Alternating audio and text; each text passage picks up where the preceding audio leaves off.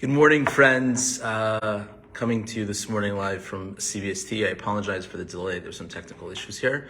Today is the 12th day of the Omer, which is 1 week and 5 days. And in the 48 ways of acquiring wisdom, today's midah, today's character trait is the midah of the Mishnah describes as b'yishuv. Yishuv can mean to settle, it can mean to return. Yeshivas hadas is a sense of calm, of equilibrium. A person is settled, is in a state of not being reactionary, a state of calm. It's Rashi here describes it as spending a long time actually in yeshiva, sitting. Yeshiva and yishuv are the same root.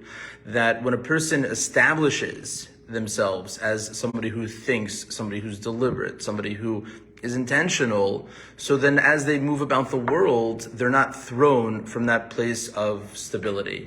And it's a really difficult midah. And again, this is in part in preparation for Shavuot, when we came together in unity to accept the Torah. But part of what it means to be an ally, part of what it means to be in community, is to be consistent, to be reliable, to be a net positive ad. And when a person is thrown off and they become reactionary, so it's destabilizing. There's a deep connection here to the word tshuva, to return, that when we think about repentance, it's always a function of what's going on right now. The Medrash says, ein va'ata ela tshuva, that whenever we find the word va'ata now, it's a function of return. The first time that we find the place, the word used, is right in the garden after the sin. And the question is, now what? And so when we think about things which are disruptive, when we think about things which can throw us off, the most important thing the rabbis tell us to do is to recenter oneself. Okay, this thing just happened. This person said something that was insulting. I just got news that I wasn't expecting, or I feel like somebody slighted me. So where am I? God asks Adam and Eve, where are you? Part of what happens after something that is either unexpected or disappointing, or something that is less than ideal, whether it was something we did on purpose or by accident, something that we were passive and somebody did to us, there's this invitation in this moment of chaos to respond with order. It's how God responds to the initial tohu vavohu, the chaos in the Genesis narrative, is by declaring, let there be light. And that light itself provides clarity. So part of the invitation of the yishuv, of the return, is the return to stability. How would I answer this if it wasn't me? If I wasn't in a subjective place of feeling all out of sorts? If somebody would come to me on a good day and say, hey, this thing happened to me, I'm looking for your perspective on how to respond, right? So it's less emotional, it's more cerebral, it's more technical, and it comes from a place of calm. Rarely does our feelings of either entitlement or a feeling of being slighted or embarrassed motivate a clearer perspective of thought. There's an appropriate way to respond, and sometimes we need some time to be able to recenter ourselves, to be mindful and aware of our reactions. So how is it that a person can kind of achieve this character trait of yishuv? So one of the things that the Mishnah, the Brisa here, is teaching us is that it requires preparation. A person wants, in the moment of temptation, the moment, whether it's about getting angry or it's about having self-control, and the working mechanisms are all the same. It doesn't make a difference which category.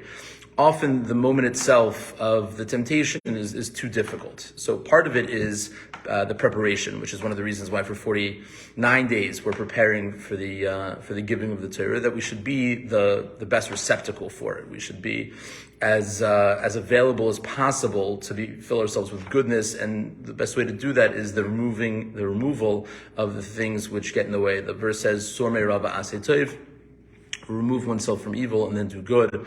Part of the acquisition of this character trait of yishuv is to always be on guard, to always kind of have a little bit more bandwidth, a little bit more space to dig deeper, that when something happens, that there's some space to say, hold on a second. Is what I'm about to do going to make it better, or am I going to make it worse? Every choice we make, the rabbis tell us, will bring us either closer to some sort of goodness, or God forbid, further away. And when we think about the preparation of responding, it almost always involves speech. And the rabbis tell us that God and God's infinite wisdom created multiple barriers for speech. We have lips, we have teeth. It takes effort in terms of the air that comes out to then be formed. And it's all to guard the way in which we speak. And so if the first thing that a person says to themselves when something happens is, hold on a second, let me like not be shaken from this. So then it gives a little bit of space to be able to recenter and to think about the consequences of such a response. It's not, again, coincidental. I think that Rashi understands this as spending a lot of time in yeshiva. Yeshiva can be a physical study hall. It can be a seminary. It can be a place of learning. And yeshiva can also be a place of just an establishment of self. That when we think about who we are, our natural habitat is one of spirituality.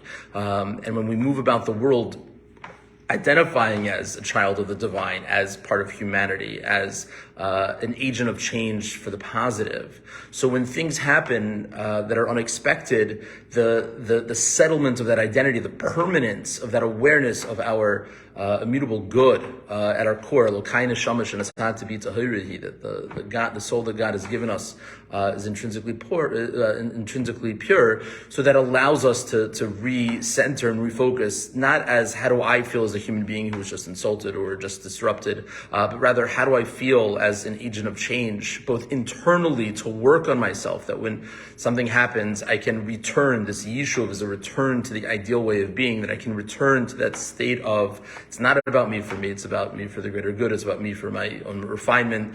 How can I filter, how can I frame, recontextualize this incident in a way that actually helps me to become a better human being. And in doing that, a person is really able to feel a certain kind of empowerment and stability that it doesn't make a difference what happens. There are things that are beyond our control. What we really own is our choices, our action and our inactions.